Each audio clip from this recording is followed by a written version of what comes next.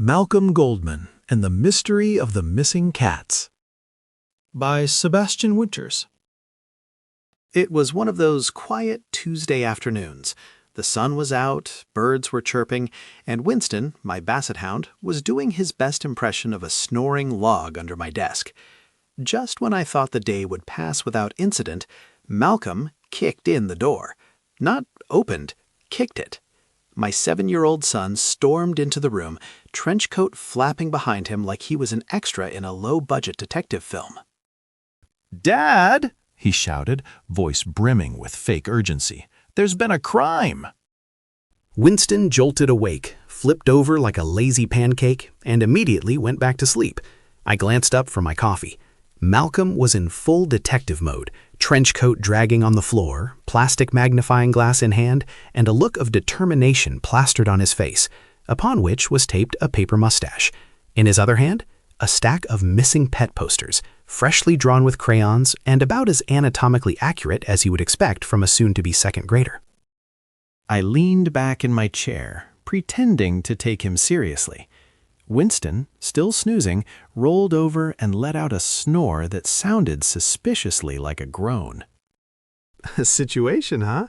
What is it this time? Another sock monster in your closet? No! Malcolm threw the posters onto my desk like they were evidence in a major crime. 3 cats, gone, vanished. We have to investigate. I stared at the posters. They looked like someone had drawn a spaghetti monster with whiskers. Muffin, whiskers, and buttons, huh? I raised an eyebrow. I'm sure they'll turn up. Malcolm crossed his arms, narrowing his eyes.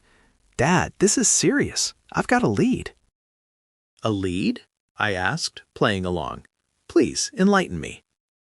I think they've all been kidnapped, he said dramatically, by Mrs. Kowalski. Of course. And why do you think that? He looked around, then leaned in, breaking character for just a moment in a confidential whisper. Because I'm pretty sure she's been baking cookies. I smiled and whispered excitedly, as if swallowing his conspiracy theory whole. Ah, and wait, what's the connection between cookies and missing cats? Fruit punch, Malcolm whispered, as if he'd just revealed the key to the universe. She always has fruit punch, Dad, and cookies, really big ones. I sighed. Malcolm, did you put up these posters just so you'd have an excuse to visit Mrs. Kowalski and ask for cookies? He gasped, clutching his magnifying glass dramatically to his chest. How dare you accuse me of such a thing? This is about justice, Dad. There's even evidence and everything. Come on, I'll show you. I was about to turn him down, protesting I had work to do, when Harry Chapin's Cats in the Cradle began to play softly on my office radio. Checkmate. Well, if there is evidence, dear Sherlock, the game is afoot. We should clearly take Winston the crime fighter with us, I announced as I started to rise. There's no time to waste. I turned to Winston, who eyed me skeptically, as if to say, "Are you kidding me right now?" Despite his protestations, with a tug on the collar from Malcolm, we were off to solve the crime of the century. Elm Street was about as lively as a goldfish in a coma. The houses all looked like they were competing to see who could be the most beige, and the lawns were trimmed so neatly that I half expected a neighborhood HOA sniper to pop out and correct my walking speed. Malcolm strutted down the street like he was marching into battle, his trench coat billowing behind him in a breeze that didn't exist. It flapped so dramatically, I'm pretty sure Winston considered biting it just to make it stop. Notice anything? Malcolm asked, squinting at a fire hydrant like it was hiding the meaning of life. Yeah, I said. I notice you look like a guy who's 2 feet from getting his coat sucked into a lawnmower. Winston, as usual, was much more interested in the local smells. He approached a tree and gave it a sniff like a seasoned detective sizing up a suspect. Malcolm crouched by a bush, his eyes narrowing. He reached in slowly, like he was about to pull out a diamond heist's missing jewel. Aha! He shouted, holding up his find. It was an empty tuna can. Malcolm, I said, rubbing my temples. People feed their cats tuna. It's not a crime. He stood up, the tuna can held aloft like it was the Holy Grail. No, Dad, this is bait. Someone's luring them. Luring them with tuna?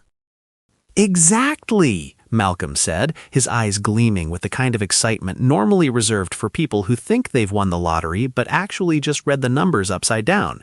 We're dealing with a professional. Mrs. Kowalski's house was practically buried under a mountain of cats.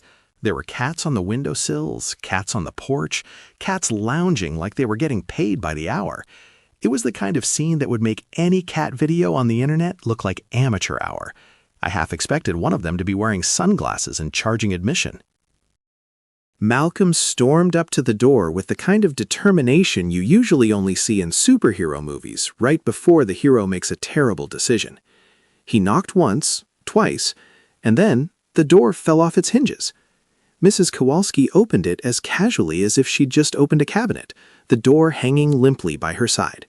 She didn't even blink. Sam, Malcolm, she said, holding a cup of tea in one hand and a cat in the other. What brings you to my humble abode?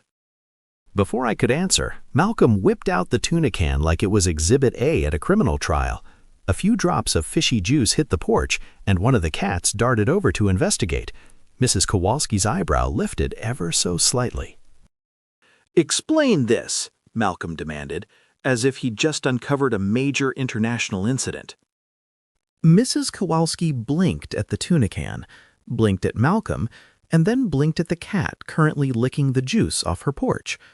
You brought me an empty can of tuna?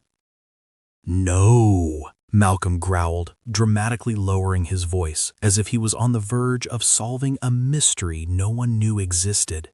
This was found near the scene of the crime. Mrs. Kowalski smiled sweetly.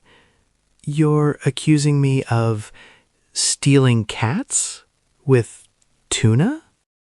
Malcolm nodded solemnly. Exactly.